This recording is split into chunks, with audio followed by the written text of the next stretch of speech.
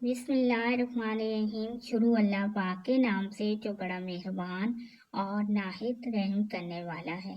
अल्लाहुम्मा सल्ली अला मुहम्मद सल्लल्लाहु अलैहि वसल्लम। अस्सलाम वालेकुम।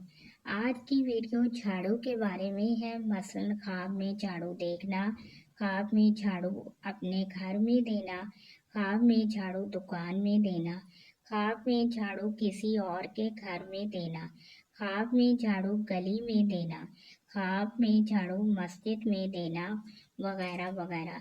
इसकी मुख्तलिफ ताबीरें हैं और मुख्तलिफ सूरतें हैं।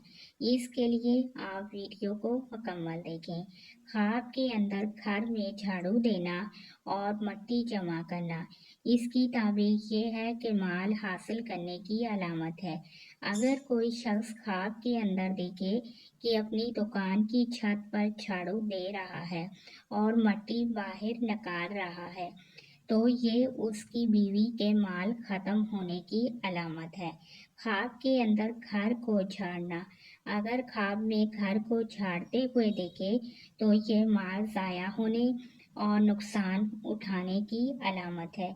इसके लिए चाहिए कि सदका और खैरात करे, क्योंकि सदका और खैरात आने वाली बलाओं और मुसीबतों को टाल देता है और साथ इस्तग़फ़ार भी पढ़े।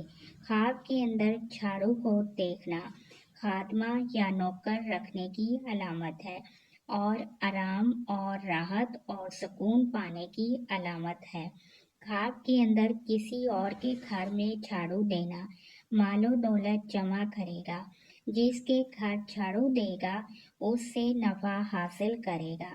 ख्वाब के अंदर गली में या मोहल्ले में झाड़ू देना रास्ता साफ करने के बराबर है, किसी नेक काम को करने की अलामत है।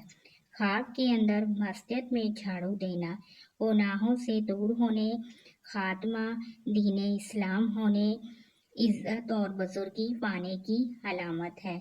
आप मेरे चैनल को सब्सक्राइब भी करें, वीडियोस को लाइक और शेयर भी करें। अल्लाह पाक आपकी मुश्किलात को दूर करे। आमीन।